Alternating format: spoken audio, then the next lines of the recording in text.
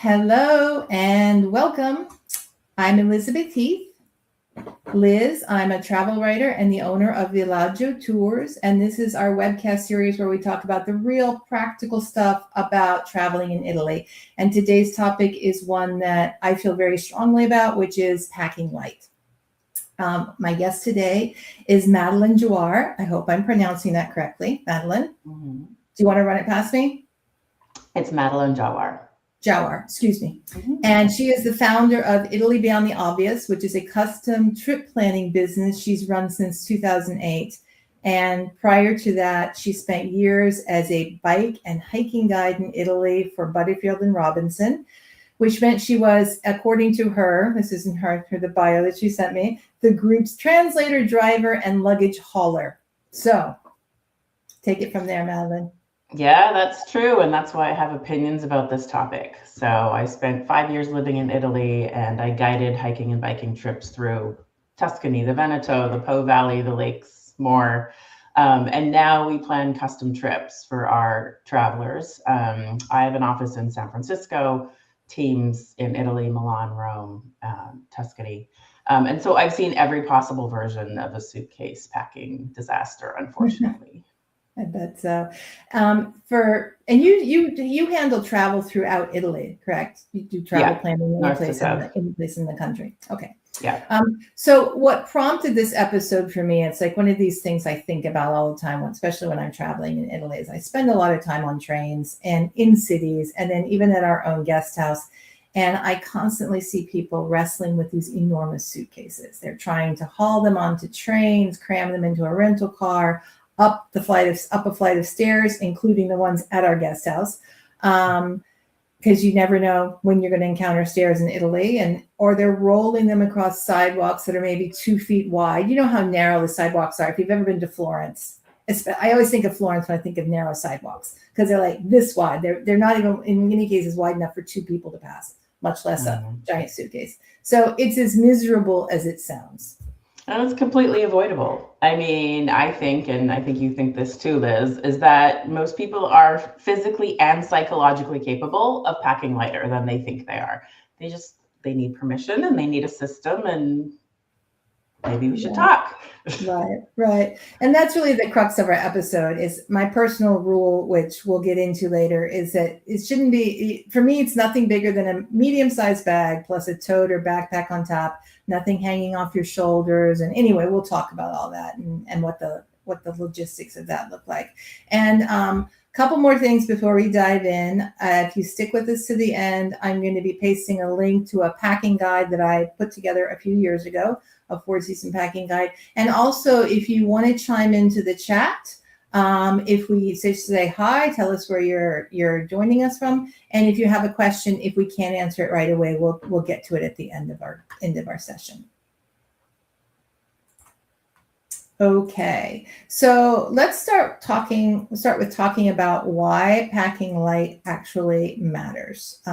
Italy will physically punish you for overpacking. It can punish you for a lot of things, actually, but can punish you for overpacking. So, Madeline, for you, what's the first thing that goes wrong with your guests or what you've seen? Yeah, I mean, let's talk about rental cars. Lots of people rent cars in Italy. Italian and European cars in general are smaller across the board than what Americans are used to. Even the full-size ones or the SUVs that are not the size of an American SUV. So you just have to know how big your rental car is, and you have to know how big the trunk is before you arrive, because you might be surprised. Right, because a lot of times I remember sometimes the car will say, "Oh, it fits 5 people." And 3 pieces of luggage, but what they mean is it fits 5 people or 3 pieces of luggage, and it doesn't necessarily the same thing. Trains are another issue because I travel a lot more by train, than I do by car here anymore. The Frecce trains, the high-speed trains, or the Italo high-speed trains, they have real luggage racks at the end of each train car, so there's decent space. But the regional trains, all you've got is that sort of like triangular shaped space where there are back-to-back seats. And you can slide a medium bag on its side in there. A giant bag won't fit.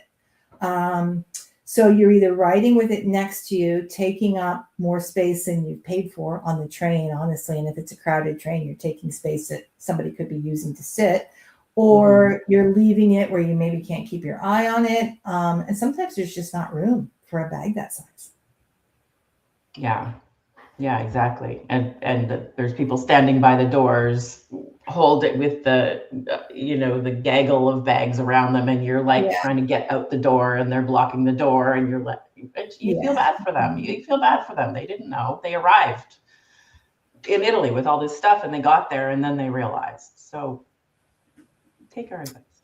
Right. But then there's also walking, as you said, narrow sidewalks. Then there's cobblestones. Try bumping a suitcase with wheels this big over cobblestones. And as you said, in Florence, like a 7-minute walk from the station is right in the center of town. Maybe your hotel is very close to the station. You look at Google Maps, you're like, this is walkable. You have a 50-pound suitcase. There's tons of people. There's cobblestones. There's narrow sidewalks.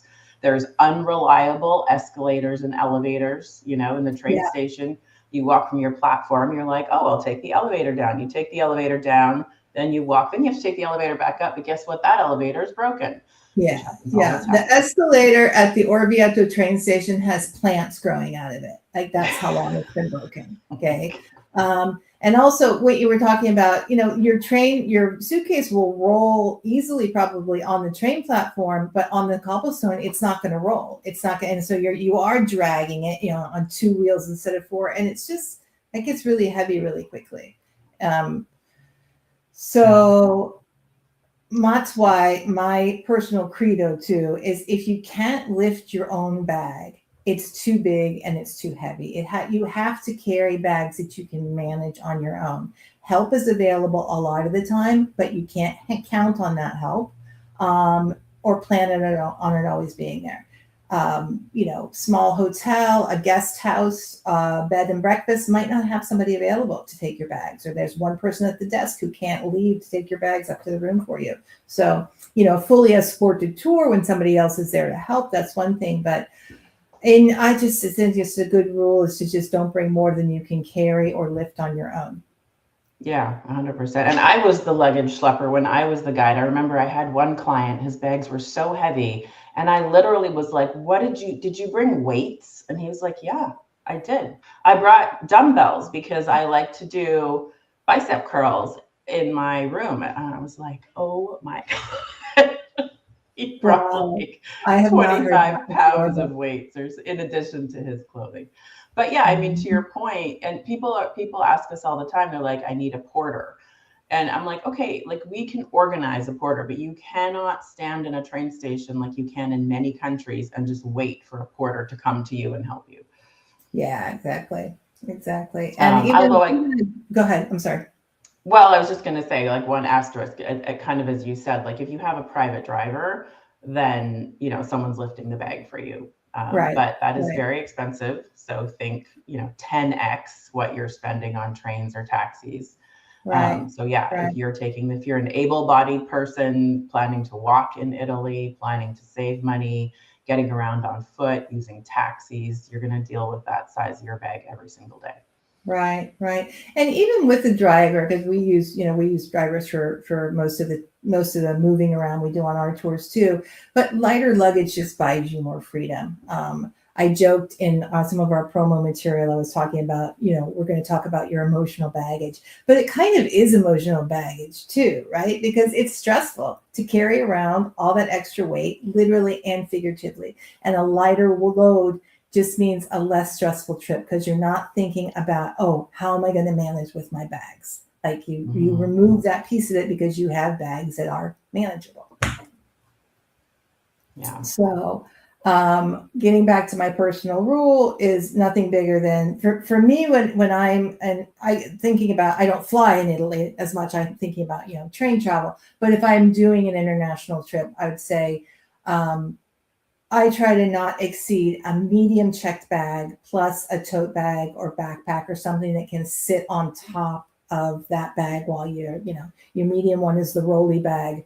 And then you can set your other one on top of it, loop it through the handlebar. I mean, this is not a revelation. It's pretty standard stuff. But, and I'm not like a carry-on only advocate either. So I don't, for me, if a trip is 5 days or longer, I probably would struggle with carry-on. Particularly if I'm flying in economy class where you're only allowed one small suitcase in the cabin. There's a weight limit, there's a size limit. So again, I'm not anti-checked bag. I'm just anti-checked giant bag and anti-multiple checked bags. So yeah. Yeah, I mean, I guess actually one thing too to add, since we're talking about suitcases and back to the rental car point, is Italy has a serious problem with smash and grab from cars. So if you are renting a car and you didn't know how big it was and you arrived and you have too much luggage, you literally have to take your luggage with you. If your car does not appear, it has to appear to be, it doesn't have to be completely empty. It has to appear to be completely empty. So if you pull that luggage cover over the back of the trunk and your bags are poking up into it, or if they don't fit, you have to take them with you. And we tell our travelers this, or you sit in the car, or you take turns and one of you goes into the restroom and one of you stays in the car. Right. So it is important. Yeah, I had friends who arrived in Fiumicino, they came to Italy like 3 times a year. Arrived in Fiumicino, picked up their rental car, drove into Fiumicino town to have lunch, and their car was broken into and their bags were stolen. Yeah. So, problem. Yeah. I hate having to share things like that too, because I always want to speak positively about Italy, but we want our grab is a thing. So, and it's another good reason to travel with less stuff in your car too. So we also know about the empty duffel bag, bringing something like that, bringing a small, like really compact, lightweight bag, folding it flat inside your suitcase. So that becomes your repository for dirty laundry. And then if you need extra at the end of your trip, because you bought so many fabulous things in Italy, souvenirs or whatever it is you've accumulated, then that duffel could be perhaps a second check bag if you need it. If you must have a second check bag. Right, and it solves 2 problems. So you separate your laundry while you travel, and then that's the laundry that's going to go home. And honestly, that checked bag gets lost on the way home and your dirty laundry arrives a week later. Who cares? But then you need the expansion, and often, depending on what you buy, souvenirs do better in a hard-sided suitcase. Right. Liquid, it's nice to have it in a hard-sided suitcase and not put your souvenirs in your squishy duffel bag that might get thrown. Right, and you can't put your wine and olive oil and things in the squishy duffel bag either. So that has to go in a hard-sided bag. How do you feel about? Do you have an opinion on compression packing cubes? Have you used them? God. I love compression. So let's separate compression packing cubes from packing cubes, because I, for years and years and years, used packing cubes. And then this year I discovered compression packing cubes. I have one as a demo. These are magic. Like, you can, look, they zip. So this is how big it is. You put this much stuff in it. And then you put your stuff in it, you zip it, you squish it down, you zip it. I literally, I took a long trip last year. I got twice as much stuff in my So you zip it up. There's the normal zipper, and then there's the second zipper that smooshes everything. Yeah. And it goes. It was magic. Yeah, it does make a big difference. And then you still have to Tetris your bag. You got to lay out all your packing cubes, and you got to rearrange stuff, and then you got to roll everything and maximize the space. And then of course you stuff your socks into your shoes, and you use every millimeter of pocket. So it takes me longer to pack. But you fit a lot more in. A good set of those compression packing cubes is like the best investment you can make at Target, I think, and they have Target or Amazon or whatever. But the only caveat to remember with those is that they do add weight really quickly, because you can fit twice as much, but it weighs twice as much too. Right. So again, with carry-on, if you have weight limits, or even if you have weight limits with your check bag, be aware that yes, you can bring more stuff, but it's still gonna weigh down. So, but I too am a devotee of those. So reasons that people overpack. they're maybe afraid of not having the right outfit and afraid of not having the things that they're going to need, or they're, bringing a change of clothes or multiple changes of clothes for every day of their trip. But we have to, people can allow for, time for laundry too, right? Because yes, we're an old world country, but we do have modern washing machines and even dryers. So your three options are: you can wash things in your hotel sink. If you're staying in a hotel, right? It's an option. Send it out to the hotel's laundry or valet service, or find a coin-operated laundromat nearby. You can do a search one. Obviously, that means a piece of your vacation time is spent sitting in a laundromat. Italian washing machines also, we have to say, have much longer cycles than American washing machines. Like in the US, my washing machine has a 30-minute cycle. In Italy, what is it? 2.5 hours? I think I think my shortest cycle on mine is 128 minutes. Yeah. So and that's the short cycle. Prepared, on a home one. A laundromat will be faster, but they're also like, industrial.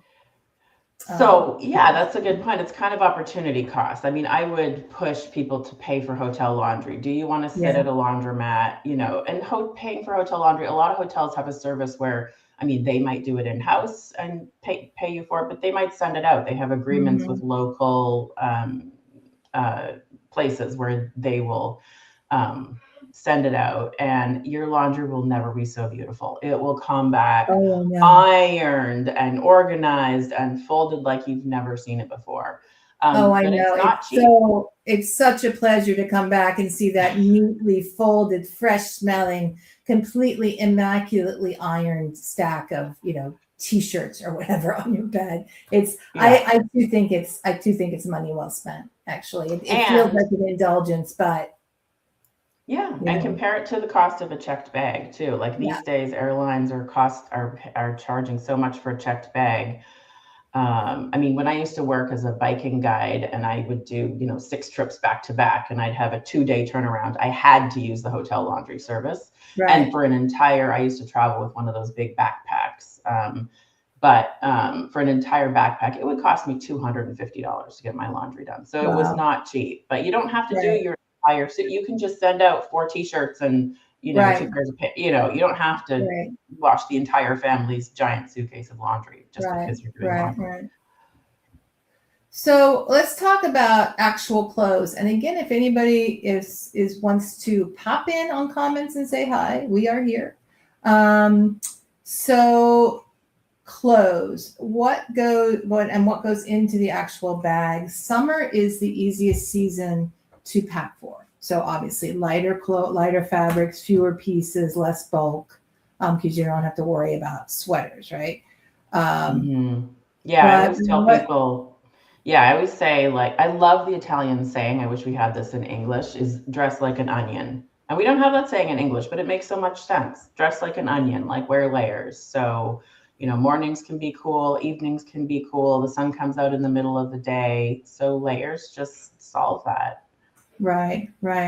And I'd say too, it's time to lean into like techie fabrics too, like merino, wool, and moisture wicking fabrics. They're thin, but they still in different temperatures, they still can provide warmth when you need it. They pack down small. They can dry quickly if you're hand washing. And then a lot of times they can be worn more than once because they don't smell as bad because they've got the wicking qualities. Characteristics in them too, so they hold up better for multiple days of being shoved into suitcases. Yes, and I learned when I was on Pinterest a few years ago that this is called a capsule wardrobe. So pick a handful of basics that miss and match, and then I feel like as a woman, I'm lucky that I can do accessories. I bring scarves and earrings and jewelry, and I can dress stuff up, and accessories are really easy to pack. Didn't you say you have a colleague who travels with just like a couple basic black items, and then she mixes and matches scarves and like a statement necklaces, right? Statement necklaces to make it look like she's wearing a different outfit every day. So a little jacket to go over. So I guess in that way, I suppose women do have more flexibility than men do on that front. Sorry, guys. Yeah. So, and that's also, that using accessories is very Italian. So that's also kind of the how do I not look like an American tourist? Well, accessorize well, right? That has I think that's it's not about having like brand names or dressing like you're, you don't have to wear super high-end clothes, but it's like not dressing like a schlub is what I always say. And accessories can really help with that. So a few put together basics, well accessorized can get you pretty far. So yeah, I think the culprit though is shoes, right? I mean, in Italy, you are on your feet so much more. It's such a walkable. There are pedestrian areas everywhere, so you have to walk, even if you just to get around. And so you need shoes. You need comfortable shoes. You need a good walking shoe. Italy, we always tell our travelers, when in doubt, dress up rather than dress down. People don't walk around in yoga clothing. I mean, I live in the San Francisco Bay Area, so that's how people dress. If you live in the South, you're probably in the South of the US, you're probably fine. But we always say, dress up rather than dress down. So you need a dressy pair of shoes. You need sandals in the summer. So those can be heavy. Right. Mom, Rebecca, our mutual friend and colleague, always says that, the one rule of dressing is that you should dress like you're going to brunch. And that is kind of a good rule, like decent enough to walk into halfway nice restaurant and look like you belong there. Right. Perfect. And shoes are a culprit. They're very often half the weight in a bag, I think. But one thing I'd say is, like, before you put those cute strappy sandals in your bag, road test them, because that's not what you want to wear to the Coliseum and then find out you've got blisters halfway through your 3-hour tour, something. Where else do you think people can cut down on their stuff in their bag? I mean, the easiest thing is do not even think about bringing a hairdryer. All hotels, all Airbnbs have them. And if you think yours might not, ask ahead, email them. Right. And I mean, I suppose people can have a hairdryer that they particularly love and, does their hair a certain way. But if I loved it that much, I wouldn't want to risk, frying it by having the wrong adapter or something, or, things could go wrong and there goes your Dyson. But yeah, people do ask me all the time whether they need to bring a hairdryer. I was like, no, you don't. For hair tools in general, I mean, it's still that same thing. Like, if you have expensive hair tools, do you want to risk something going wrong and with voltage conversion or whatever the case may be, and frying your expensive stuff? But for me too, and like, I would venture, and I know not everybody's going to see this the same, but it's a vacation. And it's vacation from some of your routines too. So maybe that means, like, you can let your hair do its own thing for a couple of weeks. So no. Okay. I'm going to push back here, Liz. So we have a lot of travelers where this is a dream vacation. They've been saving up. They want to look good. We organize like family photo shoots. They're all over Instagram. They want the cute photo in front of this monument or that bridge, or they want to look good. And if I tell our travelers to leave their hair products or straightening irons at home, they will not. They just will not. So I would just say, like, plan for the make sure you bring the dual voltage, like you said, so it doesn't. You plug it in, it doesn't pop and die forever. It needs a dual voltage. Or you could, Amazon works in Italy. Get an inexpensive, or go to the drugstore, the store in Italy. Get an inexpensive one and just leave it behind. Yeah. I mean, I think particularly if you're going to stay in a villa for a week or two or something, that's a good option. It's just order something or buy something, and the next person will probably, next guest will use it. So yes, I guess it comes down to, with beauty and grooming, is how comfortable you are stepping away from it. And I guess I understand that it's not always possible. So just back to sort of, everybody's got to find their own comfort level with packing too. I mean, I just always really just encourage people to just err on the side of less. But my thing still is, like, I can very rarely do just carry on. So I'm still team checked bag for flights, but I understand you have a different experience from that. Well, I'm not against checked bags, but I'll just give you my extreme example because it just surprises people. Last year, I was away. I did 7 weeks of travel, mostly in Italy. And I traveled with one backpack and one carry-on size bag. I had no checked luggage the whole trip. So I had 9 flights, but I was in Italy for 5 weeks, and in Italy, I was only on trains. It was, I had to prep and practice and repack and used all the techniques that you and I are talking about today. But right. So how big was the backpack? I mean, more or less, I don't know how you could. It was the biggest backpack I could use that was still carry-on size. Still carry-on. And then how did you manage with the backpack and was it a shoulder bag?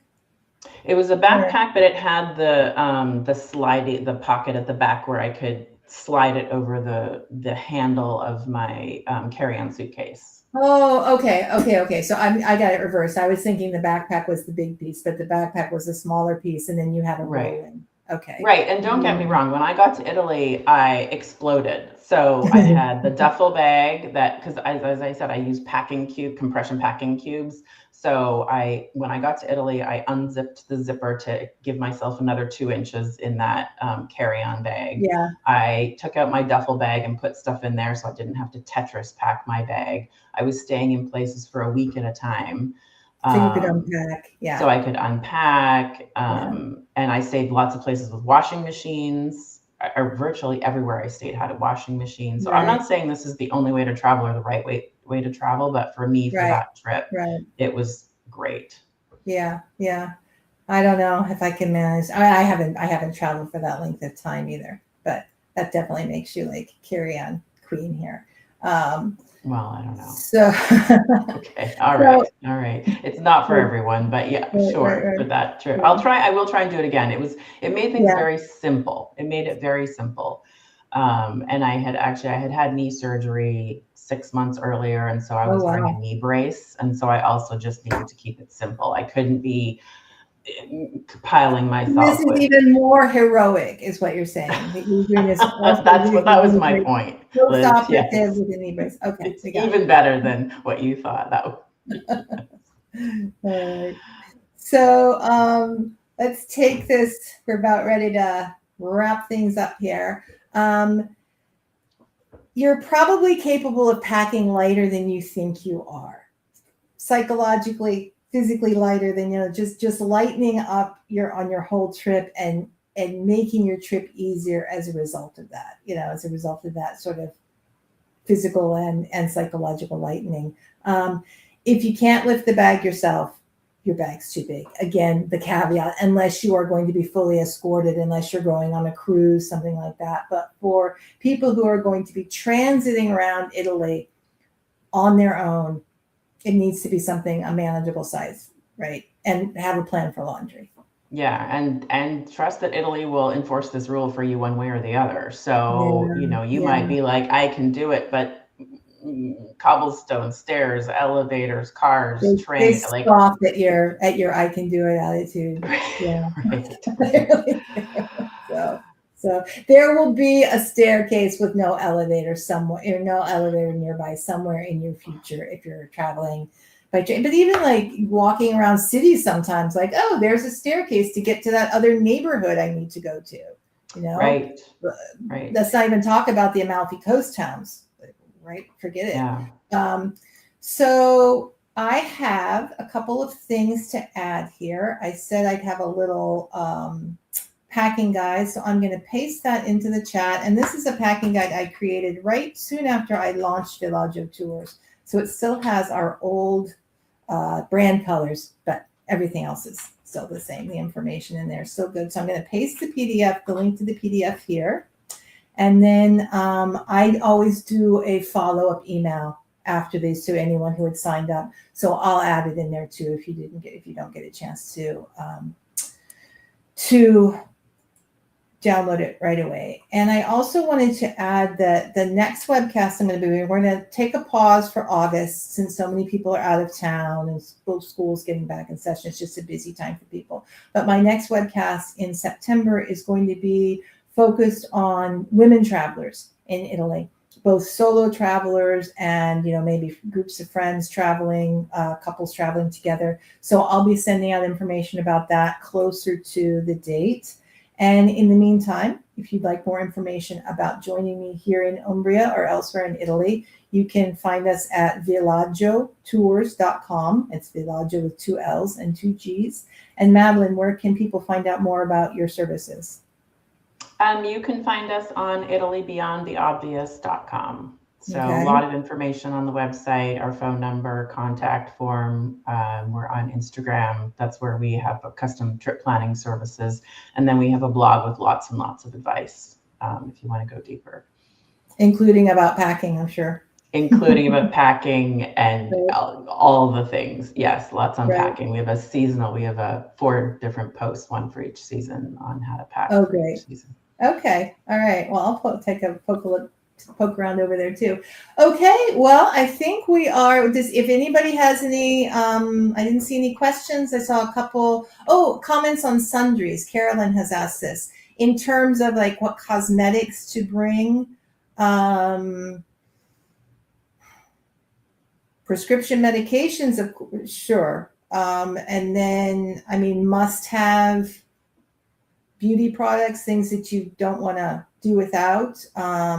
Lots of things. We have Sephora here. We have drugstores. The drugstores in Italy, the pharmacies in Italy are fantastic for they're incredible. Particularly for skincare products, body care, body lotions, things, and so. But yeah, I would also. Yeah. Sorry, go ahead. No. I'm just trying to think of like how I would. I have I've gotten one of those mini atomizers, I guess, for perfume. So, because I do like to carry like my own, brand and my go-to perfume with me. But there's these little things you can buy at the drugstore or at Sephora or whatever, and fill them. So you've just got like a week's supply of your favorite perfume instead of carrying a giant, expensive, breakable bottle that can't go into your checked bag anyway because it's over 100 ml. So yeah, and I would also say like a lot of hotels have the shampoo, conditioner, body wash sets in the higher, the kind of 4 and 5 star hotels. You can pretty much count on it. A lot of times I don't love those. And so I want my own. And so I have I've just got it online. It's a little pack and it has travel size. It has 4 travel size little containers, and I just fill it with shampoo, body wash, conditioner, and sunscreen. And so that's the basics, and that's a carry-on size. The pharmacies in Italy are incredible. But I would say like there's pros and cons. So one of the cons is that do you want to give yourself a to-do list, or do you want to make yourself do errands for things that you will need while you're on vacation? So you're like, where is the pharmacy? How do I get there?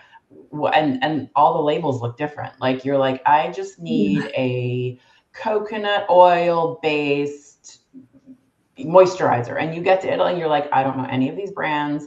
I don't know like what's in this, and so it can be a more complicated, more time consuming thing. And they have the products have different names too. Different names, you're not going to recognize the brand names. And then, there might just be the big jug of, body lotion that you're like, I don't need this much, but there isn't the travel size. There is a dearth of sample size. We don't have like those nice racks of sample size products like you'd have in a CVS or something in the US. That's true. In the US, there's the travel size section, and you can just get what you need. Yeah. And then a lot of people have very specific like makeup or moisturizer or something. So that for sure I would bring it rather than try to look around and find it in Italy. Okay. But I would say like when I did my long trip, half of my stuff was clothes and half of it was everything else. Toiletries, technology. That's a lot of it. Yeah. All right. Well, if we have no more questions, I think we're going to go ahead and wrap up. And we've given you information for how to find us and find out about what our different services are, tour products and travel services. So I'll see you all hopefully in September. Madeline, thank you so much for joining me on this. And Liz. pack light, people. Pack light. Okay. Thanks. Ciao. Thanks, everyone. Bye-bye. Bye.